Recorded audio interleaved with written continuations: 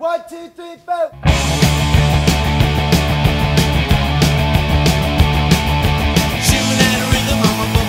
This here is, we're in Pacifica. This here is Rockaway Beach, made famous by the Ramones.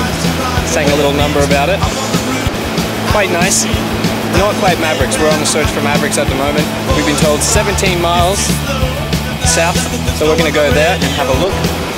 Mavericks is about 12 miles that way towards Santa Cruz, probably about a mile and a half out of Santa Cruz.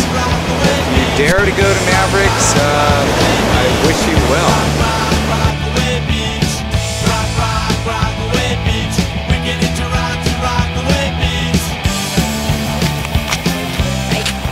We're at Mavericks, and hopefully we'll get to see some 1-foot shore breakers.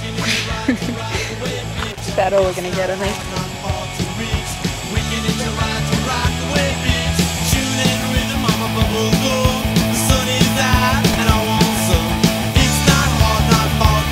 Oh yeah!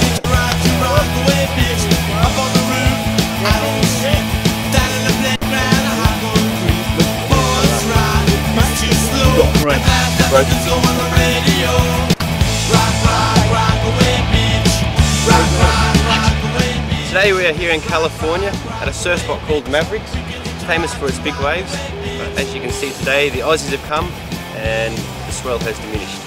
There's a few kayakers out there trying to catch a few waves.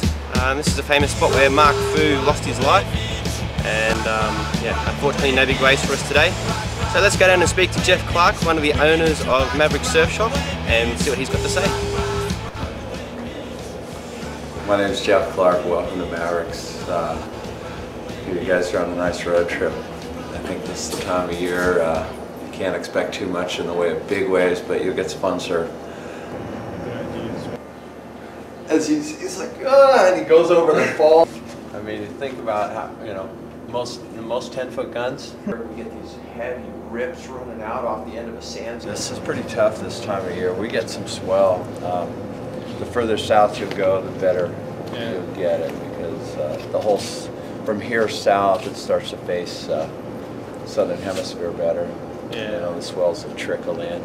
We've had about a week of real good swell, but that was a week ago. It's always a week ago. I've been riding Mavericks ever since I was a little rat. 17 years old, I paddled out there for the first time. There weren't a lot of surfers around here, and not a lot of guys who really wanted any part of big waves. And you know, by the time I was 15, I was pushing most of the guys that I was surfing with, pushing them just off the scale because they just didn't want to go surfing with me anymore. And so I ended up surfing a lot of big waves with my friends sitting on the beach. And when it came to Mavericks, no one would go. And I only got one guy to sit on the beach, and he said, "I'll call the Coast Guard and tell them where I last saw you."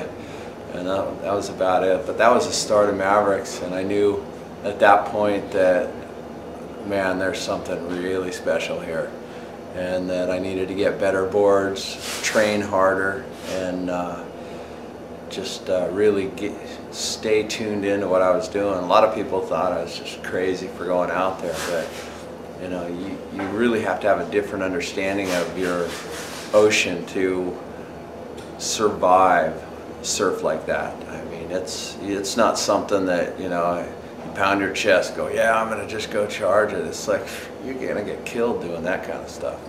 And you know, I could see my place out there at that peak, and I learned early on that you line up with landmarks and you make sure you know exactly where you are out there. Getting caught inside is not an option for me. I just don't do that. There's no reason to. If you're smart, you know, you got to be smart when you're out there in 20-foot surf, and you know, that's the key. Know when to go and know when to say no. You know, there's a lot of waves out there that all you got to do is look at them and they'll eat you. They will just. There's no way. They're not going to be ridden by anybody. And it's being able to recognize those kind of waves and then recognize the good ones and having the confidence in yourself and your ability and your equipment to just pull the trigger, spin and go, and that's the difference out there. And you know, a lot of people early on thought I was against toe-in surfing, and toe-in surfing is just different. And I do it with the best of them, and I love it. It lets us go to places we never could go. We're getting tubed on 25-foot waves. I mean, you could never do that before. But it will never replace paddle-in surfing. Paddle-in surfing is the true test of a big wave surfer. True test of conditioning, judgment, ability. I mean, that's where the real test is paddle surfing. Your ability to use your own two hands to get yourself out there, your mind, your experience, and your intuition. Man, you got to follow your gut instinct when you're playing in this arena, or any big wave arena anywhere in the world. And your instinct is what's gonna get you back on the beach safely. But all the best to you guys, and have a great trip, and I know you'll get some good surf along the way. And the water will get a hell of a lot warmer than it is around here.